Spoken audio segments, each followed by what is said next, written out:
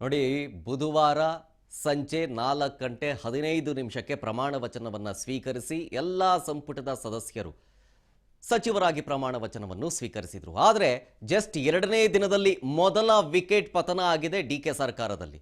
DK ಸರ್ಕಾರದಲ್ಲಿ ಆರಂಭಿಕ ಆಘಾತ, ಒಂದು ರೀತಿಯಾಗಿ ಅಲ್ಲೋಲ ಕಲ್ಲೋಲ ಸೃಷ್ಟಿಯಾಗೋ ಎಲ್ಲಾ ಲಕ್ಷಣಗಳು ಕಾಣಿಸ್ತಾ ಇದ್ದಾವೆ.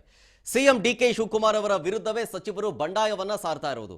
ನಮ್ಗೆ ಈ ಖಾತೆ ಬೇಡ, ಅದೇ ಖಾತೆ ಕೊಡಬೇಕು, ಸೀನಿಯಾರಿಟಿಯನ್ನ ಪರಿಗಣಿಸಿಲ್ಲ, ಇಲ್ಲಿ ಯಾರ್ಯಾರಿಗೋ ಯಾವ್ಯಾವ ಖಾತೆನೋ ಕೊಟ್ಟಿದ್ದೀರಾ, ಸೀನಿಯಾರಿಟಿನ ಪರಿಗಣಿಸಿಲ್ಲ ಇಲ್ಲಿ, ಹೀಗಂತ ಬಂಡಾಯ ಸಾರಿರೋದು ಡಿಕೆ ಶಿವಕುಮಾರ್ ಅವರ ವಿರುದ್ಧವೇ. ಒಂದ್ ಕಡೆ ಪಟ್ಟಾಭಿಷೇಕದ ಖುಷಿಯಲ್ಲಿದ್ದಾರೆ ಡಿಕೆ ಶಿವಕುಮಾರ್. ಈ ಬೆನ್ನಲ್ಲೇ ಮತ್ತೊಂದು ಶಾಕ್. ಸಿಎಂ ಆಗಿ 2 ದಿನ ಕಳೆಯೋದರೊಳಗಡೆ ಸಚಿವರೆಲ್ಲರೂ ರೆಬಲ್ ಆಗ್ತಾ ಇದ್ದಾರೆ.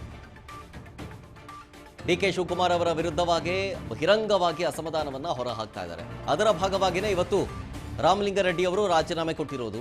ಮತ್ತೊಂದು ಕಡೆ ಮುನಿಯಪ್ಪನವರು ಮುನಿಸ್ಕೊಂಡಿದ್ದಾರೆ. ಮಾತುಕತೆ ಆಡ್ತಾ ಇರೋದನ್ನ ನೋಡ್ತಾ ಇದ್ರೆ ಮುನಿಸ್ಕೊಂಡಿದ್ದಾರೆ ಅನ್ನೋದು ಗೊತ್ತಾಗುತ್ತೆ. ಆತ್ಮಸಾಕ್ಷಿಗೆ ವಿರುದ್ಧವಾಗಿ ನಾನು ಕೆಲಸ ಮಾಡಲ್ಲ, ಸೀನಿಯಾರಿಟಿ ಪರಿಗಣಿಸಿಲ್ಲ, ಹೀಗಂತ ನಾಯಕರು ರೆಬಲ್ ಆಗಿದ್ದಾರೆ. ಸೀನಿಯಾರಿಟಿಯನ್ನ ಗಮನದಲ್ಲಿ ಇಟ್ಕೊಂಡು ಖಾತೆಗಳನ್ನ ಕೊಡಬೇಕಾಗಿತ್ತು. ಆದರೆ ಸೀನಿಯಾರಿಟಿಯನ್ನ ಇಲ್ಲಿ ಬದಿಗೊತ್ತು ಯಾರ್ಯಾರಿಗೋ ಯಾವ್ಯಾವ ಖಾತೆನೋ ಕೊಟ್ಬಿಟ್ಟಿದ್ದಾರೆ ಅನ್ನೋದು. ರಾಮಲಿಂಗಾರೆಡ್ಡಿ ಜೊತೆಗೆ ಈಗ ಮತ್ತೊಬ್ಬರು ಮುನಿಸ್ಕೊಂಡಿರುವಂಥ ಸಚಿವರು ಮುನಿಯಪ್ಪನವರು.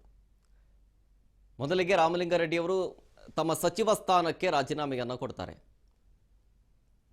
ಈ ಹಿಂದೆ ಇದ್ದಂಥ ಒಂದು ಖಾತೆಯನ್ನು ನಿಭಾಯಿಸಿದ್ದೀನಿ, ನನಗೆ ಬೆಂಗಳೂರು ಅಭಿವೃದ್ಧಿ ಖಾತೆಯೇ ಬೇಕು ಅಂತೇಳಿ ಪಟ್ಟು ಹಿಡಿದು ಕೂತಿದ್ರು. ಆದರೆ ಅದು ಕೃಷ್ಣ ಬೈರೇಗೌಡರ ಕಡೆಗೆ ಹೋಯಿತು. ಸೊ ಹಾಗಾಗಿ ನನಗೆ ಬೆಂಗಳೂರು ಅಭಿವೃದ್ಧಿ ಖಾತೆ ಬೇಕು ಅನ್ನುವಂಥ ಪಟ್ಟನ್ನು ರಾಮಲಿಂಗಾರೆಡ್ಡಿ ಅವರು ಹಿಡ್ಕೊಂಡಿದ್ರು. ಆದರೆ ಸಿಗಲಿಲ್ಲ, ನಿರಾಸೆಯಾಯಿತು. ಅದಾದ ಮೇಲೆ ಡಿ ಕೆ ಶಿವಕುಮಾರ್ ಅವರ ಹತ್ರ ಸುಮಾರು ನಿಮಿಷಗಳ ಕಾಲ ಮಾತುಕತೆ ಆಡ್ತಾರೆ. ಎಲ್ಲವೂ ಸರಿ ಹೋಯ್ತು ಅಂತ ಅಂದ್ಕೊಳ್ಳೋಷ್ಟರೊಳಗೆ ಬೆಳಗ್ಗೆ ಶಾಕ್ ಕೊಟ್ಟಿದ್ದಾರೆ ರಾಮಲಿಂಗಾರೆಡ್ಡಿ ಅವರು. ತಮ್ಮ ಸಚಿವ ಸ್ಥಾನಕ್ಕೆ ರಾಜೀನಾಮೆ ಕೊಟ್ಟಿದ್ದಾರೆ.